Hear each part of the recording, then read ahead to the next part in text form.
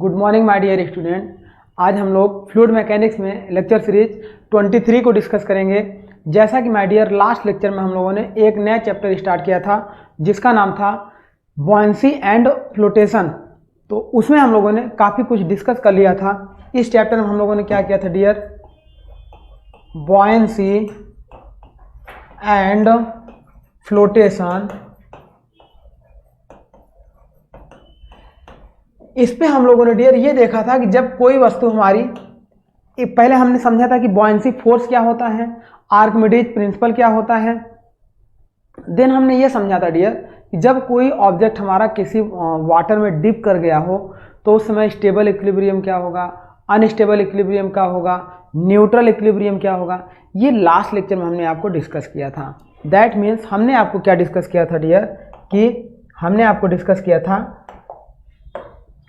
देखिए हमने आपको डिस्कस किया था इक्विलिब्रियम कंडीशन,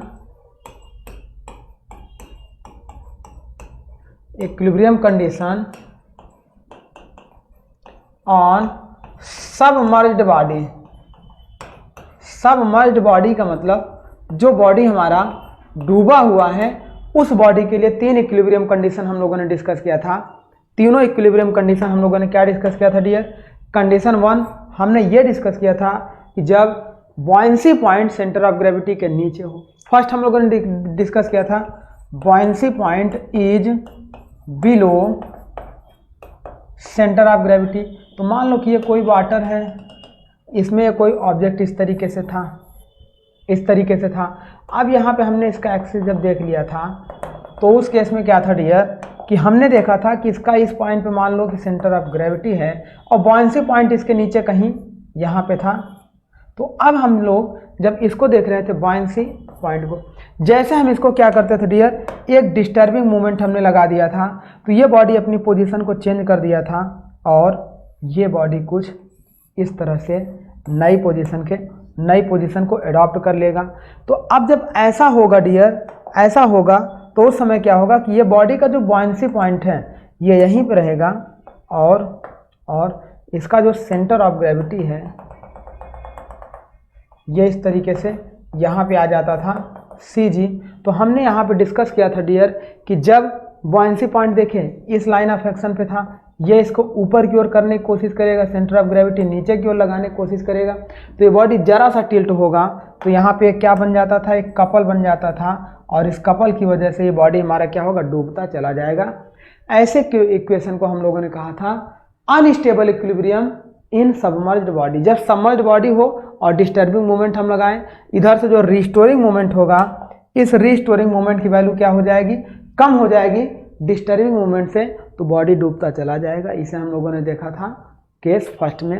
केस सेकंड हम लोगों ने देखा था डियर,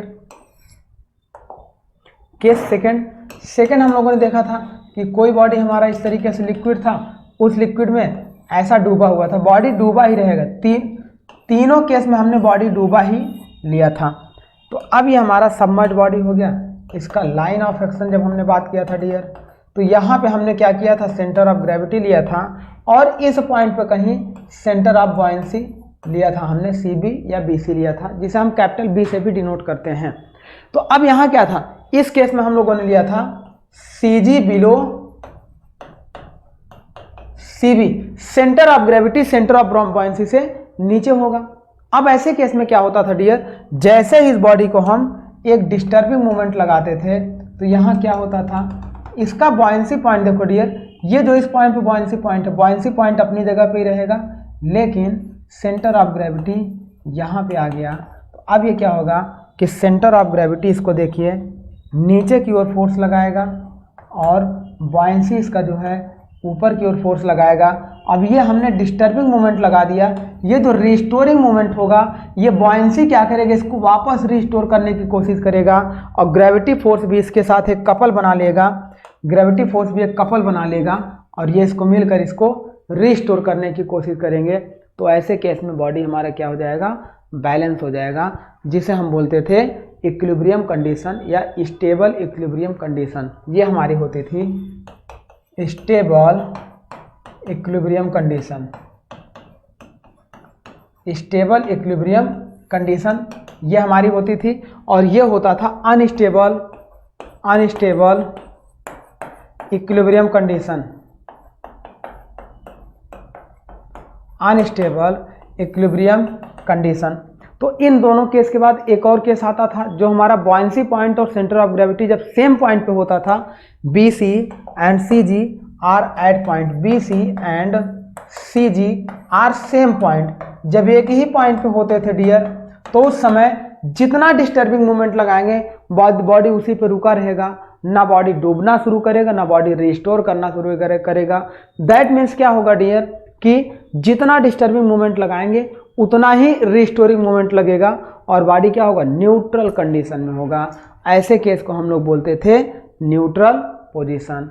तो ये था हमारा डियर जब कोई बॉडी हमारा लिक्विड में डूबा हुआ हो उस केस में। अब आइए हम लोग फ्लोटिंग बॉडी के लिए डिस्कस करते हैं। तो अब हम लोग क्या डिस्कस करते हैं डियर, हम लोग डिस्कस करते हैं for floating body, for floating body. Floating body में ऐसा कंडीशन होगा डियर, मान लीजिए कि ये कोई बॉडी है, अब ये बॉडी तैर रहा है, तो ये कंडीशन डिफाइन नहीं कर रहे हैं हम कि कितनी गहराई पे ये बॉडी हमारा डूबा हुआ है। बस इतना समझिए कि जब इतना वॉल्यूम ऑफ वाटर इसने डिस्प्लेस किया होगा तो इस टोटल बॉडी के वेट के बराबर हो गया होगा, तो उसी समय ये तैरना शुरू कर दिया। यही हमारा कहलाता है आर्किमिडीज प्रिंसिपल, और जहां पे उसका बॉयंसी पॉइंट बनता है उसे हम लोग सेंटर ऑफ बॉयंसी कहते हैं। तो ये हो गया हमारा। अब इसको हम क्या करते हैं डियर, ये फ्लोटिंग कंडीशन के लिए भी हमारे पास तीन केस बनते हैं। फर्स्ट हमारा बनता है स्टेबल इक्विलिब्रियम,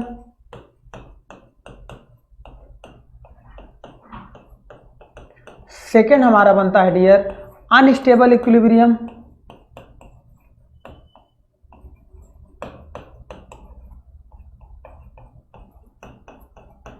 और थर्ड हमारा जो बनता है, थर्ड जो हमारा बनता है डियर, ये बनता है न्यूट्रल इक्विलिब्रियम,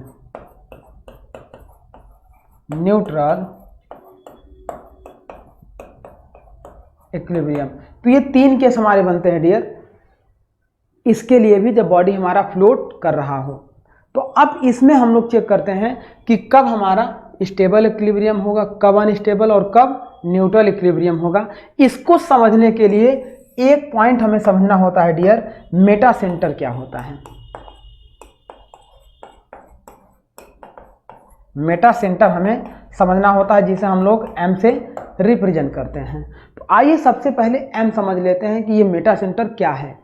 मेटा सेंटर वह पॉइंट होता है डियर जहां पर सेंटर ऑफ बॉयंसी का लाइन ऑफ एक्शन और बॉडी के प्लेन के पैरेलल लाइन ऑफ एक्शन आपस में इंटरसेक्ट करते हैं, उस पॉइंट को हम लोग मेटा सेंटर कहते हैं।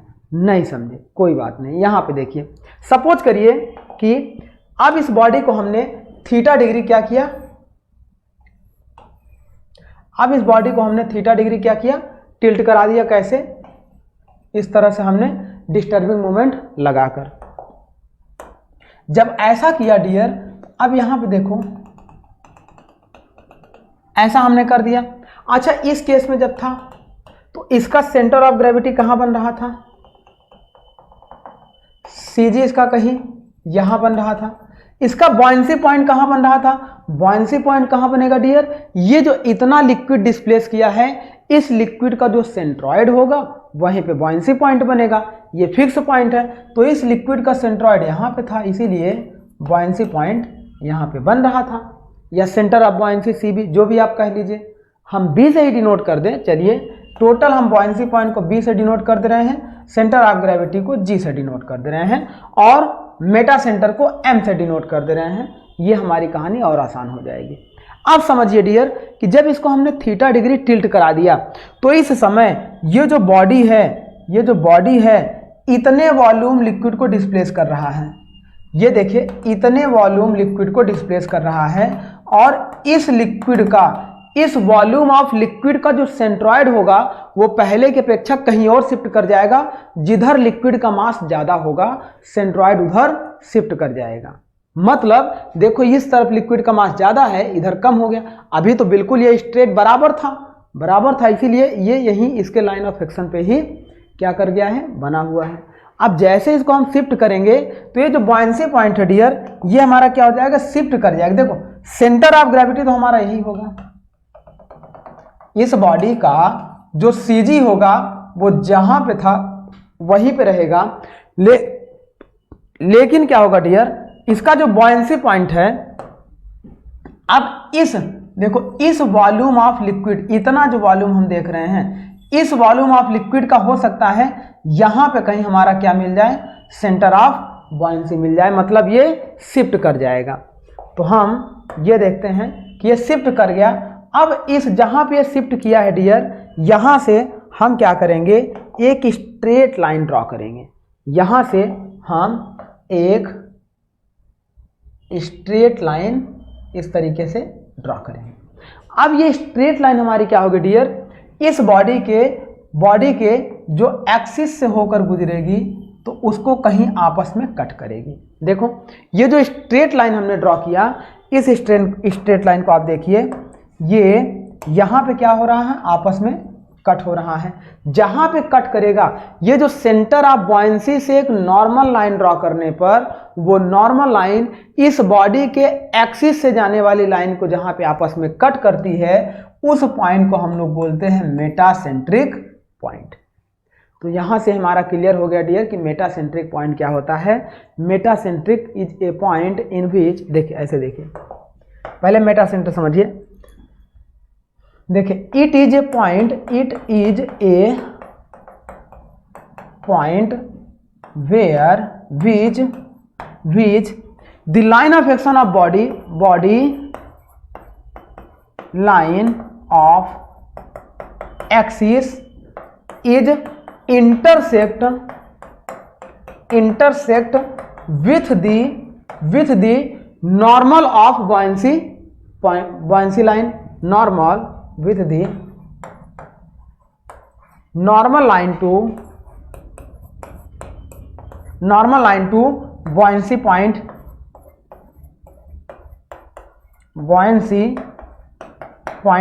तो ये हमारा कहलाएगा बॉयंसी पॉइंट। जहां कट करेगा बॉडी के एक्सिस को उसे हम बोलेंगे से मेटा सेंटर पॉइंट। यहां से हमें क्लियर हो गया डियर मेटा सेंटर पॉइंट। अब इसके पहले वाले लेक्चर में हमने देखा था डियर कि जब कोई बॉडी लिक्विड के अंदर डूबा हुआ है तो जहां पे उसका मेटा सेंटर ऑफ बॉयंसी बन रहा था, बॉडी कितना भी अपने आप को टिल्ट कर जाएगा, ये टोटल उतना ही होगा, क्योंकि बॉडी पूरी तरीके से डूबा हुआ है। तो डूबा रहेगा तो जितना लिक्विड डिस्प्लेस किया है वो लिक्विड के डिस्प्लेस का वॉल्यूम उतना ही रहेगा, तो उसका चेंज नहीं होगा। लेकिन जब बॉडी हमारा तैरेगा तो इस समय बॉडी का स्ट्रक्चर जैसे ही टिल्ट होगा तो वो कुछ ज़्यादा वॉल्यूम हटाएगा या कुछ कम वॉल्यूम को हटाएगा, तो इससे वहाँ पे उससे यहाँ पे सेंटर ऑफ बॉयंसी का पॉइंट चेंज होता है। तो हम यहाँ से एक और चीज़ देखते हैं डियर, ये नोट पॉइंट हमारे लिए हो गया कि centre of buoyancy is change in its position. ये अपनी पोजीशन को क्या करता है, चेंज करता है। Change in its position, centre of buoyancy is change in its position when body is floating condition. जब बॉडी क्या होगा, फ्लोटिंग कंडीशन में होगा। When body is floating condition, जब बॉडी हमारा क्या होगा डियर, फ्लोटिंग कंडीशन में होगा, तो ये अपने आप को क्या करेगा, चेंज करेगा। अब बात करते हैं, चलिए ये तो हो गया हमारा जब फ्लोटिंग कंडीशन, और सबमर्ज कंडीशन में आपका सेंटर ऑफ बॉयंसी कांस्टेंट होगा, कोई चेंज नहीं करेगा। In submerged body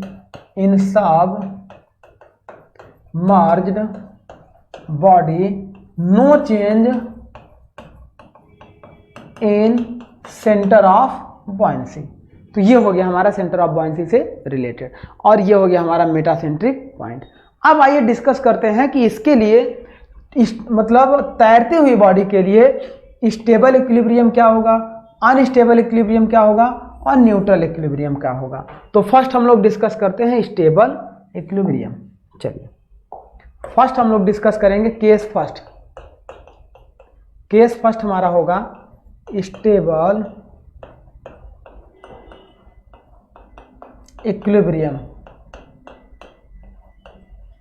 stable equilibrium, stable equilibrium होगा क्या डियर, देखो ये एक बॉडी है हमारा, मान लीजिए कि एक बॉडी था हमारा इस तरीके से, अब ये बॉडी क्या कर रहा था, इस वाटर में ऐसे तैर रहा था, इस वाटर में ऐसे तैर रहा था। अब हमने इसमें क्या किया डियर, ये डिस्टर्बिंग मोमेंट हमने लगा दिया, डिस्टर्बिंग मोमेंट। अब ये बॉडी क्या करेगा, अपनी पोजीशन को इस तरीके से चेंज कर लिया। अब देखिए अपनी पोजीशन को जब चेंज कर लिया तो इस समय वॉल्यूम कम डिस्प्लेस कर रहा था, इसमें वॉल्यूम ज़्यादा डिस्प्लेस करेगा। दैट मीन्स क्या होगा कि यदि इसके हम लाइन ऑफ एक्शन की बात करें तो यहाँ पे इसका क्या बन रहा था, सेंटर ऑफ ग्रेविटी, और यहाँ कहीं इसका बन रहा था बॉयंसी पॉइंट। यहाँ पे कहीं था जी और यहाँ पे कहीं था बी। जब इसने अपने आप को शिफ्ट किया तो इसका जो सेंटर ऑफ ग्रेविटी होगा पॉइंट, ये सेंटर ऑफ ग्रेविटी तो बॉडी के इसी एक्सिस में होगा, जी यहीं पे होगा।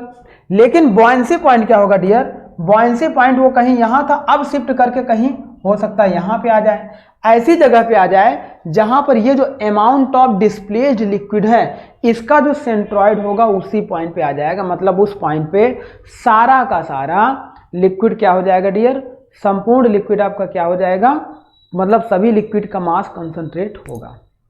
ये हो गया हमारा। अब चलिए बात करते हैं लाइन ऑफ एक्शन ड्रा करते हैं। देखिए जब यहाँ से एक नॉर्मल लाइन हम लोग ड्रा करेंगे, इस तरीके से एक लाइन हम लोगों ने ड्रा कर लिया, कहाँ से, इसके पैरेलल एक्सिस से जो सेंटर ऑफ ग्रेविटी से होती हुई जाए, line passing through the centre of gravity. Then हम यहाँ से भी एक लाइन हम लोग ड्रा कर लें, ये नॉर्मल लाइन हम लोग इस तरीके से, एक मिनट, ये हम लोग इस तरीके से, चलिए ये हम लोग इस तरीके से इसको ड्रॉ करेंगे। देखिए यहाँ से ये मान लेते हैं कि ये पॉइंट हमारा था क्या, ये पॉइंट हमारा आ गया था सेंटर ऑफ बॉयंसी का। अब यहाँ से जब एक लाइन हम लोग ड्रॉ करेंगे इस तरीके से, नॉर्मल लाइन हम लोग यहाँ से ऐसे ड्रॉ करेंगे, तो ये नॉर्मल लाइन हमारी क्या करेगी डियर, इस लाइन को जहाँ पे कट करेगी, ये जहाँ पे इसको कट करेगी उसी लाइन को हम लोग बोलेंगे, जिस पॉइंट पे कट करेगी वहीं पे हम लोग बोलेंगे Meta centre point, Meta centre point. तो ये हमारा हो गया मेटा सेंटर पॉइंट। अब यहाँ से देखो डियर, पहले हमारा क्या था, सपोज करो कि ये हमारा था, मान लो कि इस पॉइंट को हमने कह दिया M, ये पॉइंट हमारा हो गया जी का मतलब सेंटर ऑफ ग्रेविटी, और नीचे हमारी हो गई बॉयंसी पॉइंट। तो तैरती हुई वस्तु के लिए हम लोग बॉयंसी पॉइंट से नहीं, हम लोग मेटासेंट्रिक हाइट से उसको डिफाइन करते हैं। अब इसमें क्या होगा डियर, देखो ग्रेविटी फोर्स आपका नीचे लग रहा था, ये ग्रेविटी फोर्स नीचे लग रहा था, इस डायरेक्शन में हमने डिस्टर्बिंग मोमेंट दिया था। ये बॉयंसी पॉइंट आपका ऊपर क्यों लग रहा था, तो बॉयंसी फोर्स इसको क्या करेगा, रीस्टोर करने की कोशिश करेगा, ताकि हम बॉडी को जब टिल्ट करें तो ये इसे रीस्टोर करेगा। इस केस में क्या होगा डियर, डिस्टर्बिंग मोमेंट, देखें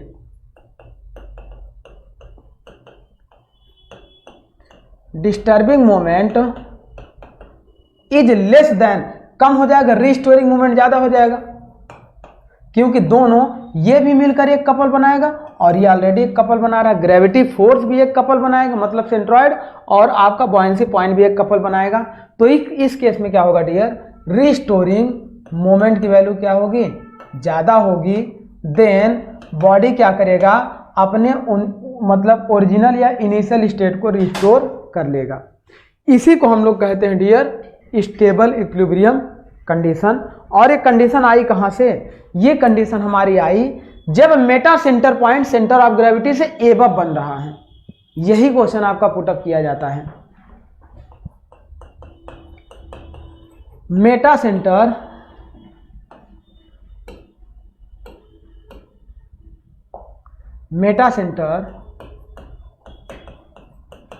point is above than centre of gravity.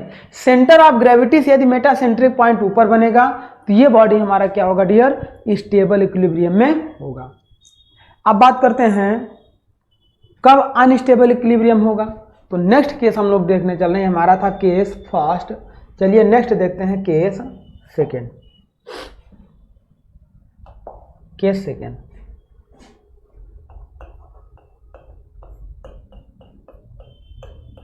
Case second हमारा क्या हो जाएगा डियर, अनस्टेबल इक्विलिब्रियम। अभी तक हम लोग स्टेबल इक्विलिब्रियम देख रहे थे, अब अनस्टेबल इक्विलिब्रियम देखेंगे।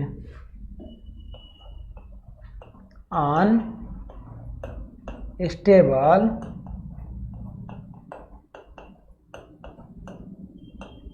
इक्विलिब्रियम। अब अनस्टेबल इक्विलिब्रियम का मतलब ये होगा डियर कि देखिए, सपोज करिए कि हमारे पास कोई बॉडी था, ऐसा देखिए, चलिए ये हमारे पास कोई बॉडी था। अब इस बॉडी को हमने क्या किया था, लिक्विड में डिप करा लिया था। ये हमारी इस तरीके से फ्लोट कर रही थी, ये बॉडी हमारी इस तरीके से फ्लोट कर रही थी। अब इसको हमने क्या किया, डिस्टर्बिंग मोमेंट इस तरीके से अप्लाई कर दिया, तो ये बॉडी हमारी क्या होगी, अपने एक्सिस से झुक जाएगी।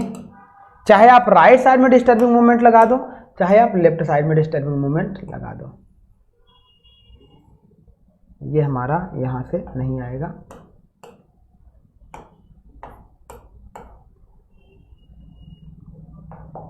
चलिए, तो अब हम क्या करते हैं, इसको इसी से बना लेते हैं। ये बॉडी हमारी क्या हो जाएगी, इस तरीके से अपने एक्सिस के अबाउट क्या हो गई, डिस्टर्ब हो गई। अब ये डिस्टर्ब हुई तो अब केस क्या होगा डियर, देखो ऐसा हो सकता है कि बॉडी का सेंटर ऑफ ग्रेविटी कहाँ बने, पहले ये देख लेते हैं। सेंटर ऑफ ग्रेविटी बॉडी का हमारा कहाँ बन रहा है, CG यहाँ बन रहा है। सेंटर ऑफ बॉयंसी हमारा क्या हो रहा है, पहले इस केस में सेंटर ऑफ ग्रेविटी यहाँ कहीं था और सेंटर ऑफ बॉयंसी यहाँ कहीं था। अब इसके बाद जब ये बॉयंसी, जब ये झुकेगा बॉडी, तो इसका जहाँ टोटल मास एक्ट करेगा इस बॉडी का, इतने का जो मास एक्ट करेगा, हो सकता है मास यहाँ पे एक्ट करे, हो सकता है मास यहाँ पे एक्ट करे, तो इसी को हम लोग बोलेंगे centre of buoyancy. That means हमारा क्या हो गया, B हो गया। अब चलिए एक लाइन हम लोग ड्रॉ करें। लाइन हम कहाँ से ड्रॉ करें, एक तो इसके एक्सिस से लाइन हमारी पास करती हुई जाएगी, एक तो बॉडी के एक्सिस से लाइन हमारी पास करती हुई इस तरीके से आगे बढ़ेगी। दूसरी हमारी लाइन कहाँ से पास करेगी, इस तरीके से हमारी लाइन पास करेगी। ये नॉर्मल हमने इसको ड्रॉ कर दिया। अब ये नॉर्मल लाइन और ये लाइन एक दूसरे को जहाँ पे कट करेंगी, वहीं पे हमारा क्या हो जाएगा डियर, ये जहाँ पे कट करेंगे यहीं पे हमारा हो जाएगा M, यहाँ पे था G और यहाँ पे था B। तो इस तरीके से ये हमारा हो गया BMG। तो अब इस केस में क्या हो गया डियर, देखो metacentric point centre of gravity से नीचे बन रहा है। चलो आगे देखते हैं कि दिक्कत क्या होने वाली है। दिक्कत ये होगी डियर कि सेंटर ऑफ ग्रेविटी आपका क्या हो रहा है, डाउनवर्ड में लग रहा है, और मेटासेंट्रिक फोर्स आपका ये उत्प्लावन बल ऊपर लग रहा है, बॉयंसी फोर्स। अब बॉडी को हमने क्या किया था, डिस्टर्बिंग मोमेंट दिया था, इधर से रीस्टोरिंग मूवमेंट जनरेट होने की बजाय बॉडी क्या करेगा, ये देखो सेंटर ऑफ ग्रेविटी नीचे, ये इसको इधर की ओर घुमा देगा, और ये ग्रेविटी फोर्स भी ये इसको इधर घुमा देगा। दोनों मिलकर एक कपल बना देंगे और बॉडी को क्या करेंगे, इस तरीके से डुबाते चले जाएंगे। मतलब जरा सा भी बॉडी को हमने डिस्टर्ब किया तो रीस्टोरिंग मूवमेंट इसको नहीं संभाल पाएगा और ये बॉडी डूबता चला जाएगा। इसी कंडीशन को हम लोग कहते हैं unstable equilibrium.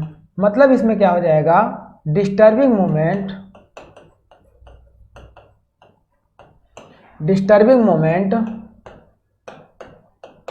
Is greater than restoring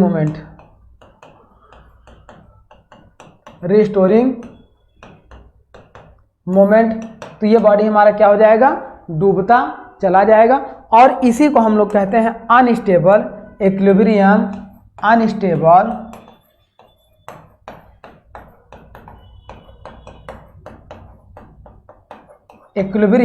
और इस अनस्टेबल इक्विलिब्रियम में कब ये कंडीशन आएगी डियर, जब बॉडी फ्लोट कर रहा है और metacentric point centre of gravity से नीचे बने। ये कंडीशन कब आएगी, जब metacentric point is below than centre of gravity. तो ये कंडीशन हमारी आएगी डियर अनस्टेबल इक्विलिब्रियम की, जब कोई बॉडी हमारा फ्लोट कर रहा हो। आइए नेक्स्ट देखते हैं न्यूट्रल इक्विलिब्रियम कंडीशन। चलिए थर्ड देखते हैं न्यूट्रल इक्विलिब्रियम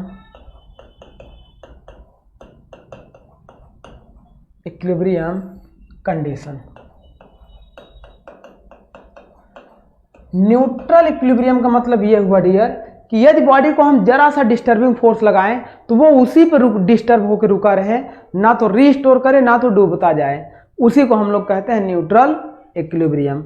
मतलब क्या होगा इसमें, मतलब ये होगा डियर कि मान लो इस तरीके से हमारा कोई बॉडी है, इस तरीके से कोई बॉडी है और इस बॉडी को हमने इतने वाटर में डिप करा के रखा है।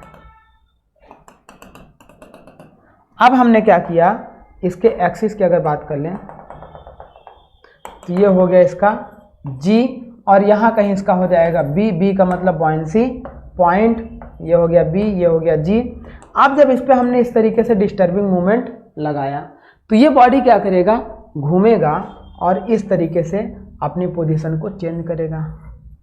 अब आपको लग रहा होगा तीनों हमने एक ही डायरेक्शन में दिखाई, तो डियर क्या होता है कि बॉडी के शेप के अकॉर्डिंग जब हम लोग बॉडी को डुबोते हैं तो उस समय जितना वॉल्यूम डिस्प्लेस करता है उसका जहाँ मेटा से जहाँ बॉयंसी पॉइंट बनता है, यही रीजन है कि नाव को थोड़ा सा आप झुकाइए तो वापस आ जाती है और झुकाइए वापस आ जाती है, लेकिन एक लिमिट के बाद झुकाइए, जिस पॉइंट पे झुकाने पर नाव क्या हो जाए उसका metacentric point centre of gravity से नीचे बनने लगे, फिर वो नाव डूबती चली जाएगी। तो ये हो गया हमारा। अब इसके हम एक्सिस की बात कर लें तो एक्सिस हमारा क्या हो गया, इस तरीके से एक्सिस हो गया। इस एक्सिस के अबाउट यहाँ पे क्या बनेगा, CG बनेगा। और इसके जब हम बात करेंगे बॉयंसी पॉइंट की तो हो सकता है इसका बॉयंसी पॉइंट कहीं यहाँ पे बने। बॉयंसी पॉइंट कहाँ बनेगा, इस डिस्प्लेस्ड लिक्विड के सेंटर ऑफ बॉयंसी पे बनेगा।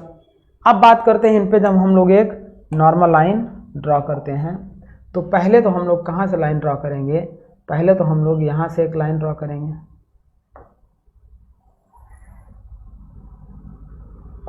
पहले तो हम लोग एक लाइन यहाँ से ड्रॉ करेंगे, इसके एक्सिस से होती हुई हमारी एक लाइन पास करेगी। हम फिर उसके बाद क्या करेंगे, इससे एक नॉर्मल लाइन ड्रॉ करेंगे। अब देखेंगे कि यदि ये नॉर्मल लाइन जहाँ पे एक दूसरे को कट कर रहा है, ये नॉर्मल लाइन जहाँ पे एक दूसरे को कट कर रहा है, यदि वो पॉइंट G और M उसी को हम M बोलेंगे। यदि मेटा सेंटर ऑफ ग्रेविटी पर बने तो इस बॉडी को जितना भी हम झुकाते जाएं, ना तो रिस्टोरिंग मूवमेंट आपको ज़्यादा होगा ना तो आपका डिस्टर्बिंग मूवमेंट। तो इस केस में बॉडी क्या होगा, न्यूट्रल इक्विलिब्रियम में होगा। मतलब यहाँ पे क्या होगा, डिस्टर्बिंग मूवमेंट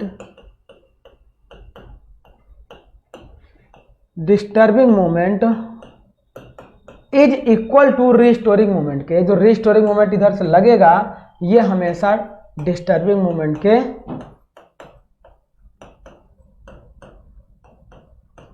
मूवमेंट के बराबर में होगा। अब बात करते हैं डियर, ये तो ठीक है, यहाँ तक समझ में आया कि जब मेटा सेंटर ऑफ ग्रेविटी से ऊपर होगा तो बॉडी स्टेबल होगा, जब सेंटर ऑफ ग्रेविटी से नीचे होगा तो बॉडी अनस्टेबल होगा, जब सेंटर ऑफ ग्रेविटी पर होगा तो बॉडी न्यूट्रल होगा। चलिए अब ये ऐसी केसेस हमारे हो गए। अब बात करते हैं डियर, ये तो हो गया हमारा डिस्टर्बिंग कंडीशन को हम लोग इसको बोलते हैं न्यूट्रल इक्विलिब्रियम कंडीशन। अब नेक्स्ट बात करते हैं कि ये तो हमारे हो गए कि जब हम डिस्टर्बिंग फोर्स लगा रहे थे तो इसमें हमारा कितना डिस्टर्ब हो रहा था। हम बात करते हैं कि मेटासेंट्रिक हाइट क्या होती है। अगर मेटासेंट्रिक हाइट हमें निकालना हो तो मेटासेंट्रिक हाइट अगर हमें निकालना हो तो मान लो यहाँ पे कहीं ये हमारा बन रहा है क्या, मेटासेंटर पॉइंट। अगर इस मेटासेंट्रिक हाइट को हमें निकालना है तो क्या इक्वेशन हमें फॉलो करना पड़ेगा। तो नेक्स्ट हम लोग बात करते हैं मेटासेंट्रिक हाइट। अच्छा, इसको अगर एक टेबल में हम लोगों को लर्न करना पड़े, एक टेबल में हम लोगों को लर्न करना पड़े, टेबल बना के, तो हम ये जानते हैं डियर, मान लो कि ये हमारे पास हो जाए सब मर्ज्ड बॉडी के लिए, सब मर्ज्ड बॉडी के लिए, और इधर हम लोग बना लें किसके लिए, फ्लोटिंग बॉडी के लिए। एक साथ अगर इसको हम लोग याद करें, क्योंकि ये बहुत ही इंपॉर्टेंट होता है, हर एग्जाम में लगभग इससे क्वेश्चंस पुटअप किए जाते हैं। ये हो जाएगा फ्लोटिंग बॉडी। अब यहाँ पे हम लोग ले लें एस्पेक्ट, क्या क्या एस्पेक्ट लेकर हम याद करना चाह रहे हैं। तो मान लो पॉइंट वन सब मर्ज्ड बॉडी के लिए हम बात करने चल रहे हैं स्टेबल इक्विलिब्रियम। बॉडी स्टेबल कब होगा, स्टेबल इक्विलिब्रियम। स्टेबल बॉडी तब होगा डियर जब सबमर्ज्ड है, डूबा हुआ है, तो उस समय बॉयंसी पॉइंट हमारा क्या होगा, सेंटर ऑफ ग्रेविटी से ऊपर बनेगा, तब बॉडी हमारा क्या होगा, हमारा बॉडी स्टेबल होगा। मतलब बॉयंसी पॉइंट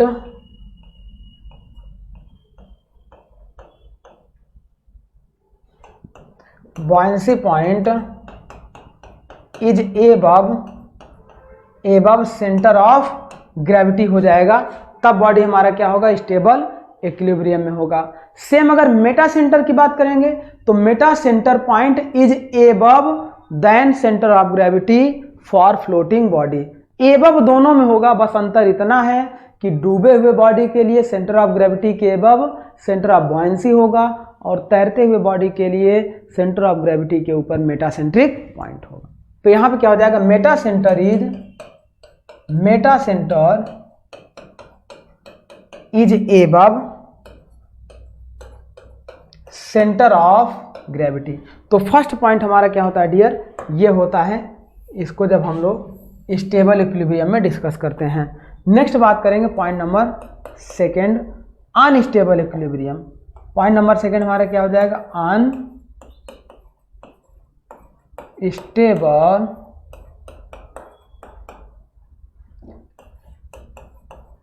ब्रियम। अनस्टेबल इक्विलिब्रियम में क्या होगा डियर, जस्ट इसी का अपोजिट। देखो बॉयंसी पॉइंट एबव था सीजी के, तो बॉडी स्टेबल होगा, डूबा हुआ। अगर बॉयंसी पॉइंट सीजी से नीचे बन जाएगा तो बॉडी क्या होगा, डूबना शुरू करेगा। तो इसका मतलब यहां पे हमारा क्या था, ये हो जाएगा सेंटर ऑफ बॉयंसी या बॉयंसी पॉइंट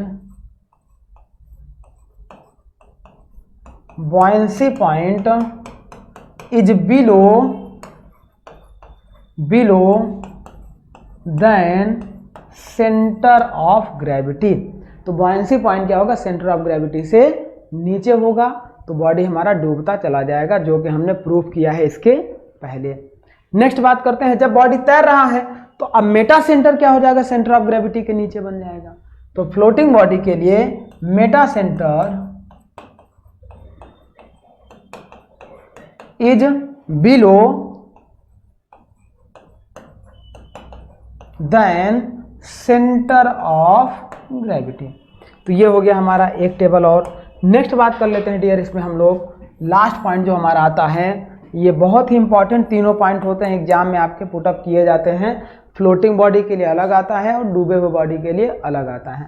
तो नेक्स्ट पॉइंट हम लोग डिस्कस करेंगे, ये पॉइंट हमारा क्या है डियर, न्यूट्रल इक्विलिब्रियम। किसके लिए है, neutral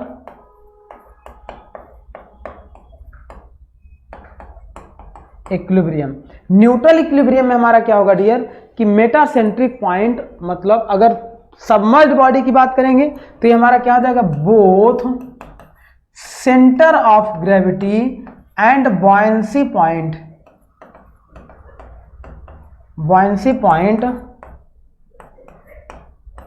are in same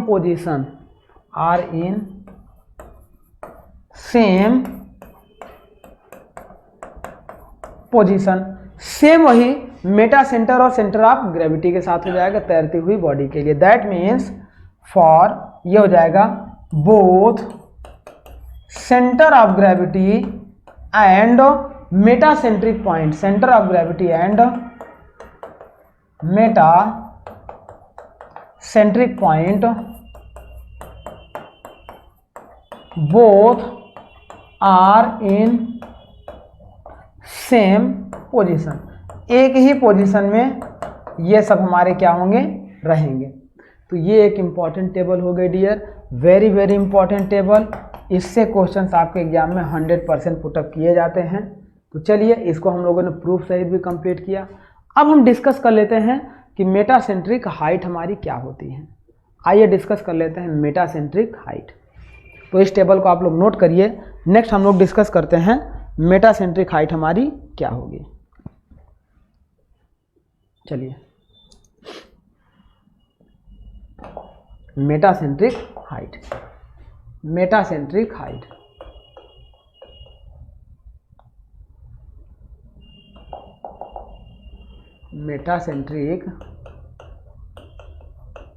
height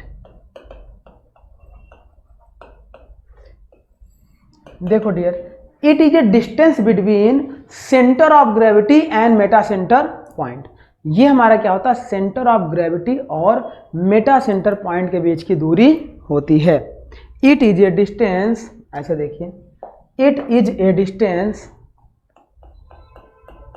it is a distance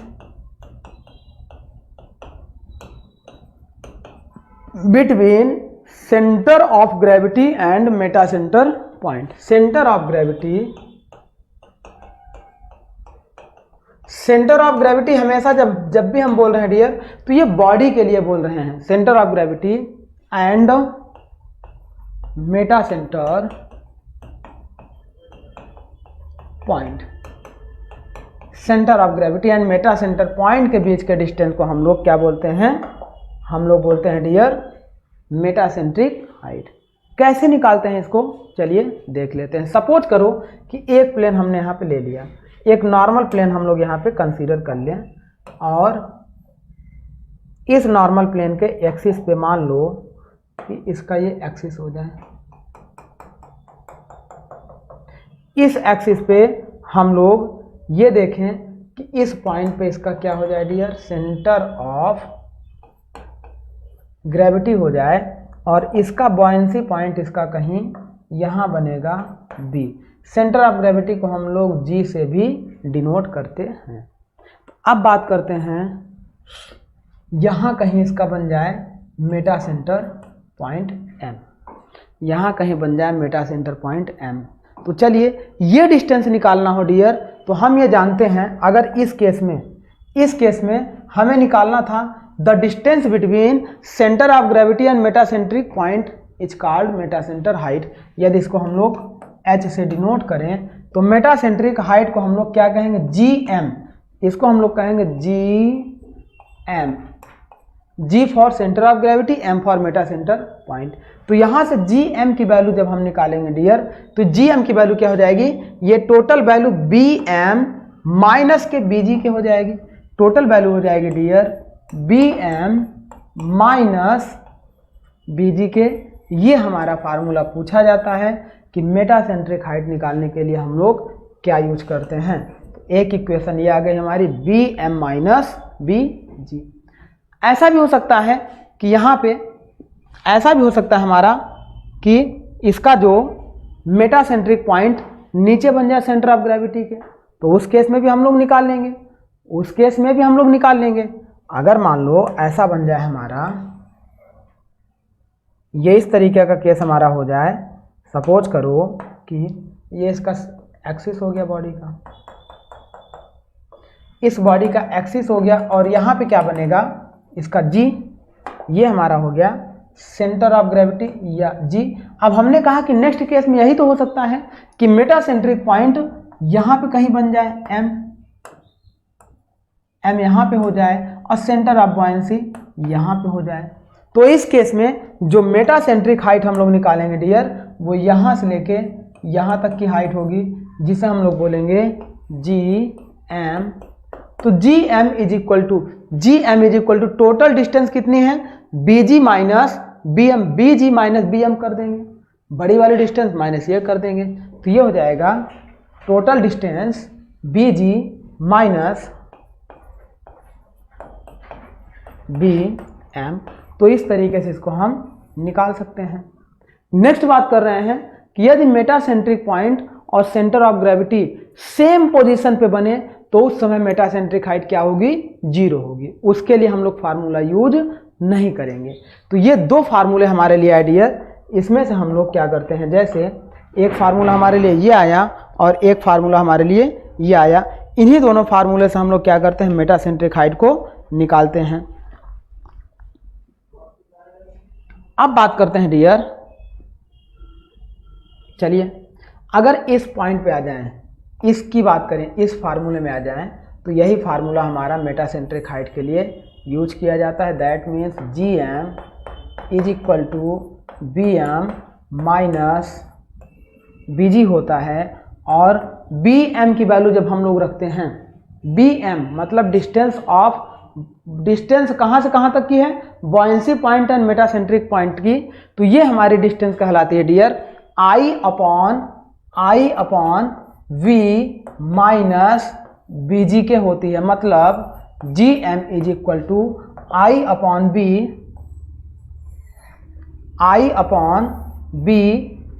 we minus B G के होता है, जहां पर आई आपका होता है, आई आपका क्या होता है dear, moment of inertia of body which is submerged in plane. जिस प्लेन पे देखो, मान लो कि ये बॉडी यहाँ पे डूबा हुआ है, यदि इसको हम ऐसे 3D में देखें तो इस बॉडी का प्लेन क्या होगा, सपोज करो यहाँ तक पानी है, यहाँ तक मान लो कि लिक्विड है, तो इस बॉडी का यही वाला प्लेन हमारा क्या हो रहा है, ये वाला प्लेन हमारा क्या हो रहा है, इस बॉडी लिक्विड के फ्री सरफेस के साथ कोइंसाइड कर रहा है। तो इसी प्लेन के अबाउट जो मोमेंट ऑफ इनर्शिया है, ये है आई इज इक्वल टू क्या है, moment of inertia of body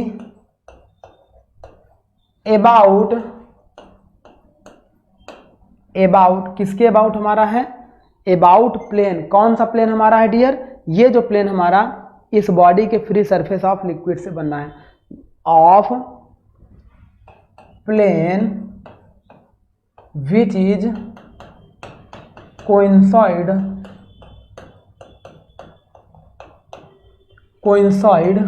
with free surface of liquid.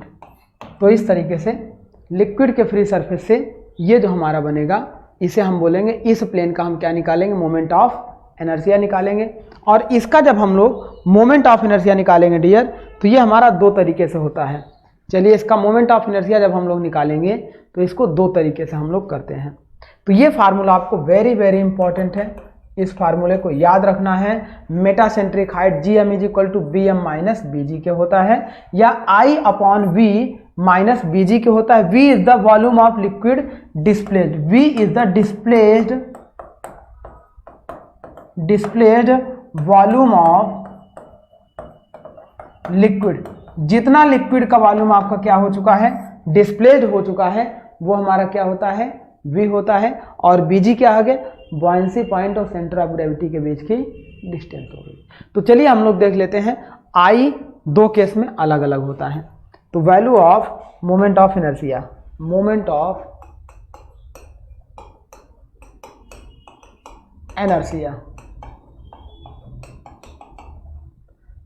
Of inertia हमारी क्या हो जाएगी डियर, आई। अब आई हम दो तरीके से निकाल सकते हैं। पहला हम लोग निकाल सकते हैं रोलिंग में, रोलिंग निकाल सकते हैं, और दूसरा निकाल सकते हैं पिचिंग में, पिचिंग निकाल सकते हैं। तो ये रोलिंग और पिचिंग क्या होता है, इसको आइए समझ लेते हैं। मान लीजिए कि कोई बॉडी हमारा है डियर। अब देखिए, अब ये बॉडी है, यदि ये हो जाए L, यदि ये हो जाए L और ये हो जाए B। चलिए अब इसको हम देख लेते हैं, इसके एक्सिस को, हम इस तरीके से डिफाइन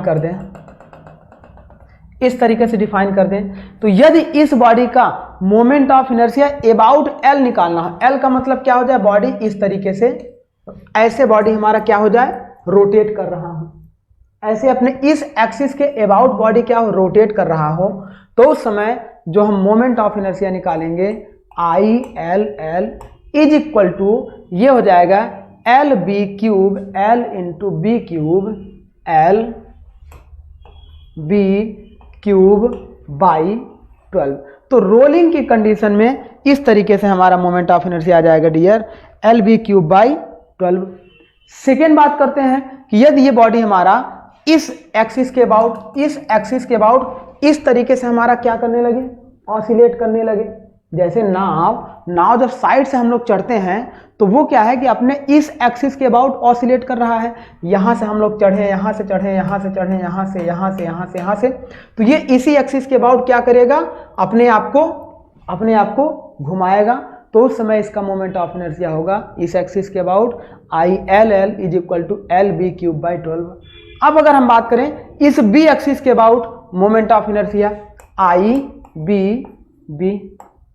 तो बी एक्सिस के अबाउट जब देखेंगे तो बी एल क्यूब बाई 12 हमारा हो जाएगा, ये हो जाएगा बी एल क्यूब बाई 12। तो इस तरीके से ये हमारा मोमेंट ऑफ इनर्शिया हो जाएगा।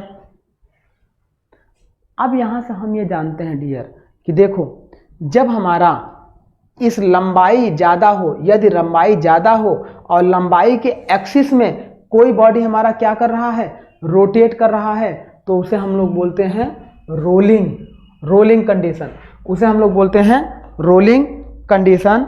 और जब बॉडी हमारा क्या हो रहा हो, विड्थ के अकॉर्डिंग, विड्थ अगर हमारी ज़्यादा हो, ये विड्थ हमारी ज़्यादा हो, उस समय अगर बॉडी हमारा क्या कर रहा हो, उस एक्सिस के अबाउट रोटेट कर रहा हो, तो उसे हम लोग बोलते हैं पिचिंग कंडीशन।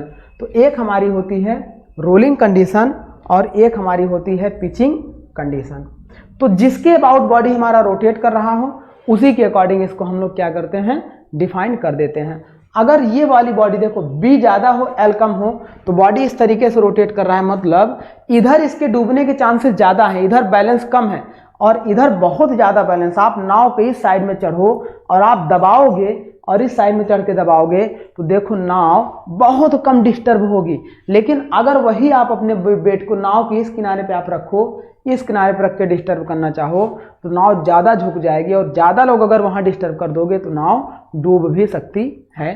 तो यही कंडीशन हमारी होती है डियर मोमेंट ऑफ इनर्शिया जब हम लोग निकालते हैं आई एल एल और आई बी बी के अकॉर्डिंग। तो जब उस समय हम देखते हैं ऐसे देखो, इफ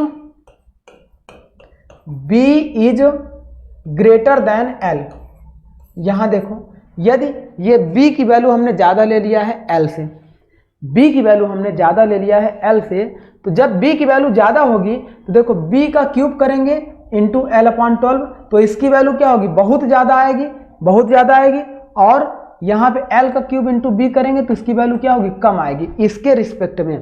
तो यदि B की वैल्यू हम लोग ज़्यादा ले लेंगे तो उस समय हमारा क्या हो जाएगा डियर, जो मोमेंट ऑफ इनर्शिया है that means I L L, इस एल एल की value moment of inertia about length बहुत ज़्यादा होगा आई बी बी के। तो एक की पॉइंट यहाँ से भी हमारा निकल के आ गया कि मोमेंट ऑफ इनर्शिया हमारा क्या हो गया, moment of inertia of rolling is greater than moment of inertia of pitching. जब हमारा क्या हो जाएगा, विड्थ ज़्यादा हो जाएगा। अपोजिट भी हो सकता है, moment of inertia of pitching is greater than moment of inertia of rolling हो सकता है। तो ये हमारी कंडीशन हो गई। अब एक हम लोग और जानते हैं डियर कि जब बॉडी देखो यहाँ पे क्या कर दे, मान लो थोड़ा सा हमने नाव को झुका दिया, झुकाने के बाद जब हमने छोड़ दिया तो नाव क्या करेगी, जैसे हमने क्या किया, ये नाव थी हमारी, अब हमने थोड़ा सा ऐसे तिरछा कर दिया, फिर हमने छोड़ दिया, डिस्टर्बिंग फोर्स हटा दिया, तो नाव क्या करेगी, ऐसे ऐसे ऐसे ऐसे करते करते करते करते फिर आके इस तरीके से रुक जाएगी। तो काफ़ी देर तक वो उसमें क्या करेगी, ऑसिलेट करती हैं, ऑसिलेट करती है मतलब दोलित करती हैं। तो उस केस में भी आपसे एक क्वेश्चन पूछा जाता है, time of oscillation, time of oscillation जिसे हम कहते हैं दोलन काल का समय। तो इसको हम लोग कैसे समझते हैं डियर, ऑसिलेशन का मतलब यह है कि सपोज करिए कि जब कोई हमारा ऑब्जेक्ट ये बॉडी होता है, तो अब इस बॉडी को अगर हम इस एक्सिस में, इसके इस एक्सिस में इस तरीके से करेंगे तो थोड़ा सा हमने डिस्टर्ब किया तो कितनी देर तक अपने आप को ऑसिलेट करता रहेगा, उसी टाइम पीरियड को निकालने का एक फार्मूला होता है और उस फार्मूले को हम लोग डायरेक्ट निकालते हैं डियर। ये फार्मूला हमारा होता है time of oscillation T is equal to 2 pi under root K square upon G into G M. तो ये हमारा डायरेक्ट फार्मूला होता है डियर। इसी से हम लोग निकालते हैं टाइम ऑफ ऑसिलेशन। यदि किसी बॉडी को हम डिस्टर्ब कराएं तो ये कितनी देर तक हमारी क्या होगी, ऑसिलेट करती रहेगी उस एक्सिस के अबाउट। तो अब यहाँ से देखते हैं कि ये हमारा क्या होता है डियर, ये के हमारा क्या होता है, देखिए के हमारा है least radius of gyration, least radius of gyration या गायरेशन इसे बोलते हैं, कॉमा जी आपका होता है ग्रेविटी फोर्स, कॉमा GM आपका होता है distance of metacentric height. GM आपका होता है डिस्टेंस ऑफ मेटासेंट्रिक हाइट। ये हमारा होता है डियर डिस्टेंस, ये हमारा होता है डिस्टेंस ऑफ मेटासेंट्रिक हाइट।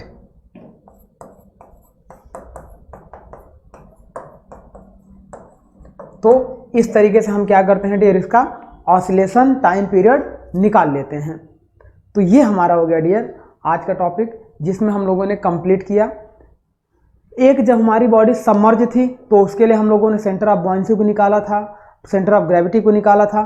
जब बॉडी हमारी फ्लोट कर रही थी तो उस समय हम लोगों ने मेटा सेंटर को निकाला था, सेंटर ऑफ बॉयंसी के रिस्पेक्ट में और सेंटर ऑफ ग्रेविटी के रिस्पेक्ट में। और साथ में हम लोगों ने ये देखा डियर कि हमारा लीस्ट रेडियस ऑफ गायरेशन से रिलेटेड टाइम ऑसिलेटेड फार्मूला भी हम लोगों ने निकाल लिया। हम लोगों ने देखा रोलिंग क्या होता है, पिचिंग क्या होता है, रोलिंग कब होगा, पिचिंग क्या होगा, सारी चीज़ों को हम लोगों ने यहाँ पे डिस्कस कर लिया। इस फार्मूले से भी क्वेश्चंस आपका बनता है, कभी कभी ये डायरेक्ट फार्मूला ही पूछ लिया जाता है। तो या तो इस फार्मूले को हमें लर्न करना होगा, और लर्न करने के साथ इस फार्मूले पर अगर कोई क्वेश्चन आएगा तो केवल टाइम ऑफ ऑसिलेशन पूछता है, लीस्ट रेडियस ऑफ जायरेशन दिया रहेगा, सेंटर ऑफ ग्रेविटी मालूम होती है, मेटासेंट्रिक हाइट हमें दिया रहेगा। तो इस तरीके से इसको हम सॉल्व कर लेंगे।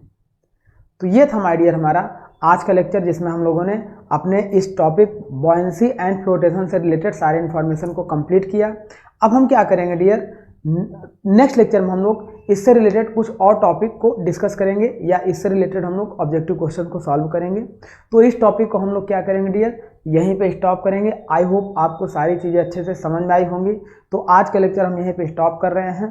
Thank you my dear.